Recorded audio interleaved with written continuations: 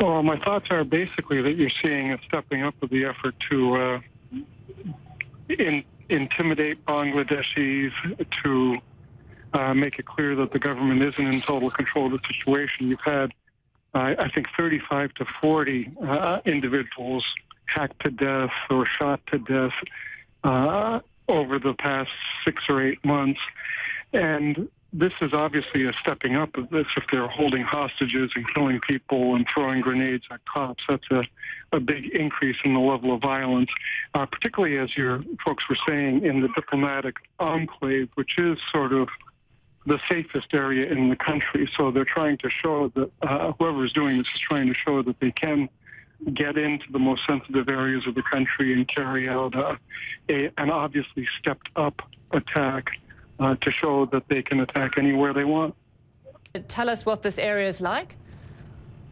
Well, it's actually a very mixed area. Okay, you do have the embassies located there, but it's, I would say, several square miles, and it includes a lot of commercial areas. So it's a very mixed area, but the previous speaker was absolutely right. It's very heavily patrolled, big police presence. The current rash of killings actually started back in September when an Italian working for a Dutch NGO got killed not too far from where this attack is taking place. And how concerned, when you were the ambassador in Bangladesh, how concerned were you about extremism? We heard Bob Baer there say that when he worked in the region, that Bangladesh was largely secular. However, this increase in extremism has certainly worried both the government and the U.S. government.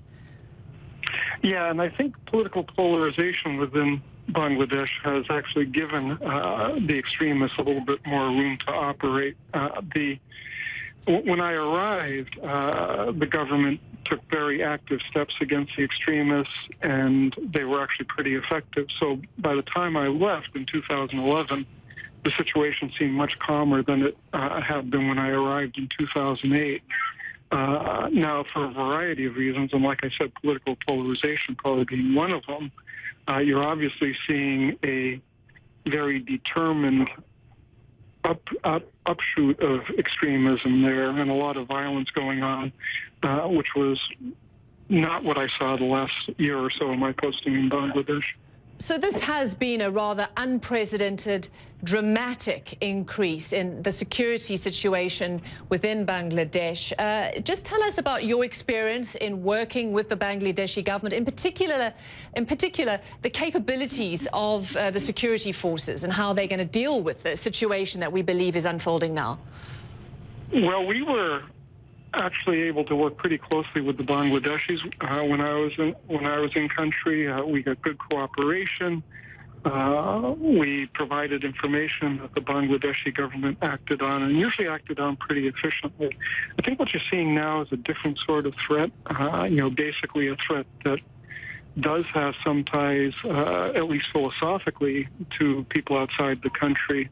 IS is trying to recruit, and in any event is taking credit for a lot of the attacks going on. And in a way that's more difficult than what we were facing, where we were looking at basically organized groups. How do you get hold of organized groups in country when you have what seems like a much less coherent threat, broken down into cells that are consisting of lone wolves trying to terrorize the country. It's a much more difficult situation to control, and I think that's what you're seeing right now. Well, you've got to realize that this is Ramadan in a city that normally goes to bed pretty late anyhow. So this time of night, you'd normally see a lot of people out on the streets, a lot of people driving around. It's a time where you just expect a lot of activity as people go out to see friends, visit family, stop for food along the way.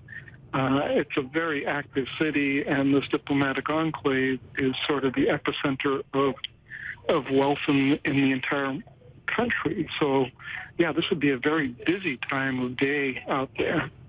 And as we know, this is the last Friday of Ramadan, and there were concerns about an increase in attacks globally.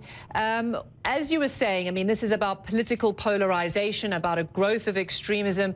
We know with the hacking deaths, with the massacres of individual bloggers and intellectuals, that often they weren't claims of responsibility from local groups, but it seemed like that ISIS or even Al-Qaeda jumped on those incidents, those individual incidents, and claimed responsibility. How pervasive do you think the ISIS ideals would be in a country like Bangladesh or in the region?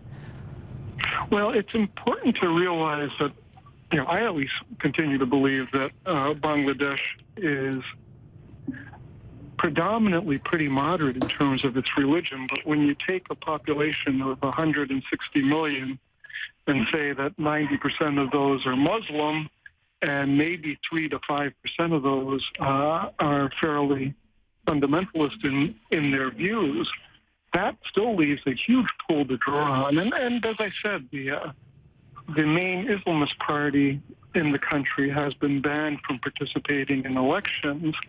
And they had, a lot of pretty radical, pretty aggressive youth within their ranks who were all of a sudden looking for some place to go, I guess is a nice place to put it. And it would not be surprised, I would not be surprised if some of these folks are going to much more radical alternatives to the Islamist party that participated in elections and played the Bangladeshi political game.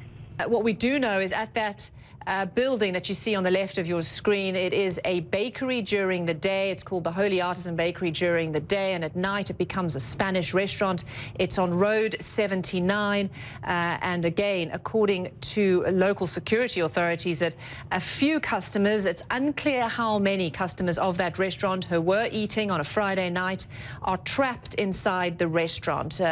Again, we have no idea of just how many. Either way, deeply concerning, because not only is there this hostage situation ongoing, but these gunmen engaged in a firefight with police. And we also heard from at least one source that they were throwing grenades back at police. Ambassador, in terms of your experience of working in Bangladesh, of cooperating with Bangladeshi security, this capability, is this common?